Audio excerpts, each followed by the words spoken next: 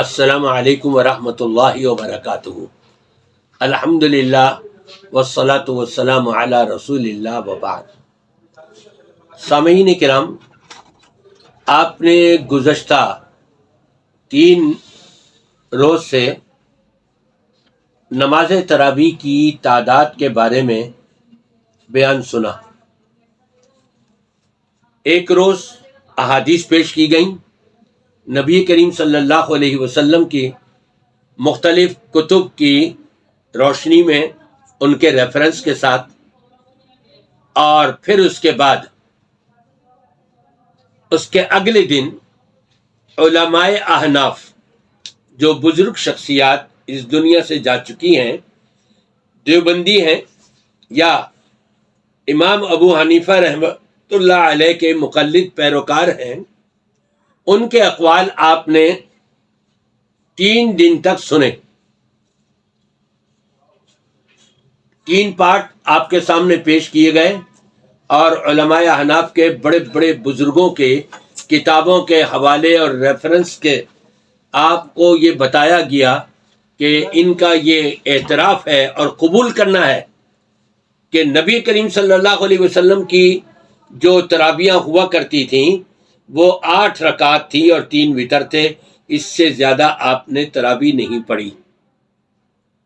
یہ سارا کچھ آپ نے سنا، اور اب مولانا مفتی طارق مسعود صاحب، مفتی تقی عثمانی صاحب اور طارق جمیل صاحب، جمن صاحب اور اسی طرح سے دیگر علماء احناف جو ابھی حیات ہیں،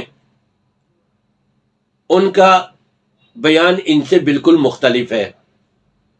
تو بات یہ سامنے آتی ہے، یہ آپ کو بتا دوں کہ نبی کو مانتے ہیں کہ ہاں یہ نبی ہیں، ہمارے نبی ہیں، لیکن نبی کی نہیں مانتے۔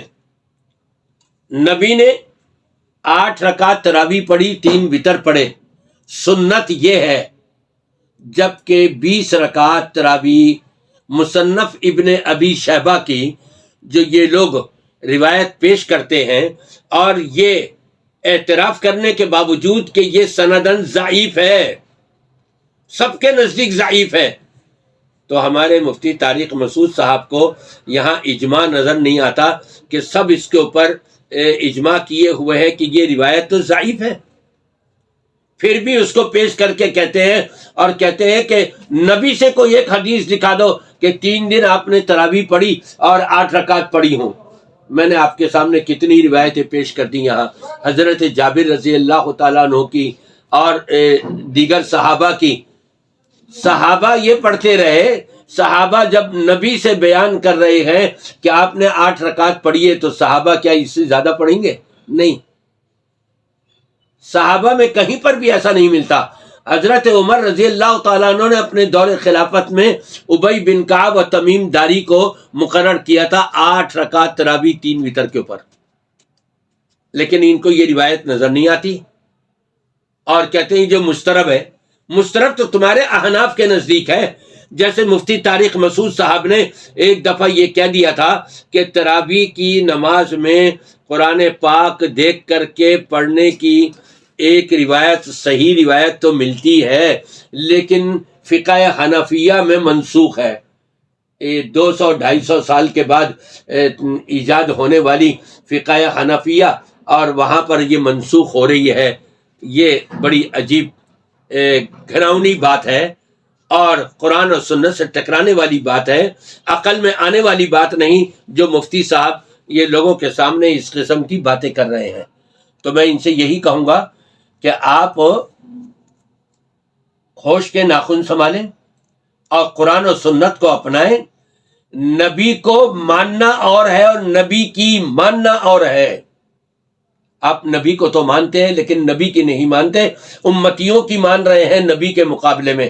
اور انشاءاللہ تعالی میری کوشش ہوگی کہ ایک وہ کلپ بنایا جائے کہ جس میں یہ موجودہ دور کے علماء، اس میں مفتی طارق مسعود صاحب بھی، اور الیاس گمن صاحب بھی، اور اسی طرح سے مفتی تقی عثمانی صاحب بھی، طارق جمیل صاحب بھی، اور دیگر علماء کرام کے وہ کلپ کے الفاظ آپ کو سنا کر کے میں آپ کے سامنے یہ وضاحت کروں گا کہ کہاں پر سچ ہے اور کہاں جھوٹ ہے، کہاں پر خلط ملط کیا ہوا ہے اور کہاں پر یہ اپنی چورنیں بیچی جا رہی ہیں، اپنی دکانیں چمکائی جا رہی ہے۔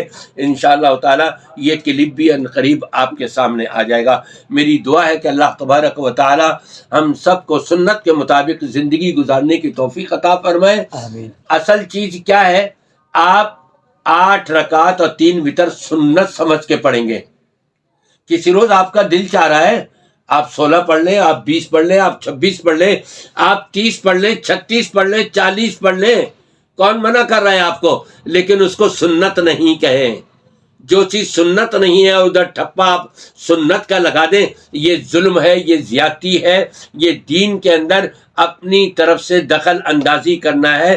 سنت وہی ہے جو نبی پاک صلی اللہ علیہ وسلم سے ثابت ہے، اور یہ علماء احناف کے بزرگوں کے 22 علماء کے میں نے اقوال آپ کے سامنے پیش کیے ہوئے ہیں سابقہ کلپوں کے اندر۔ اللہ تعالیٰ سب کو نیک ہدایت عطا فرمائے۔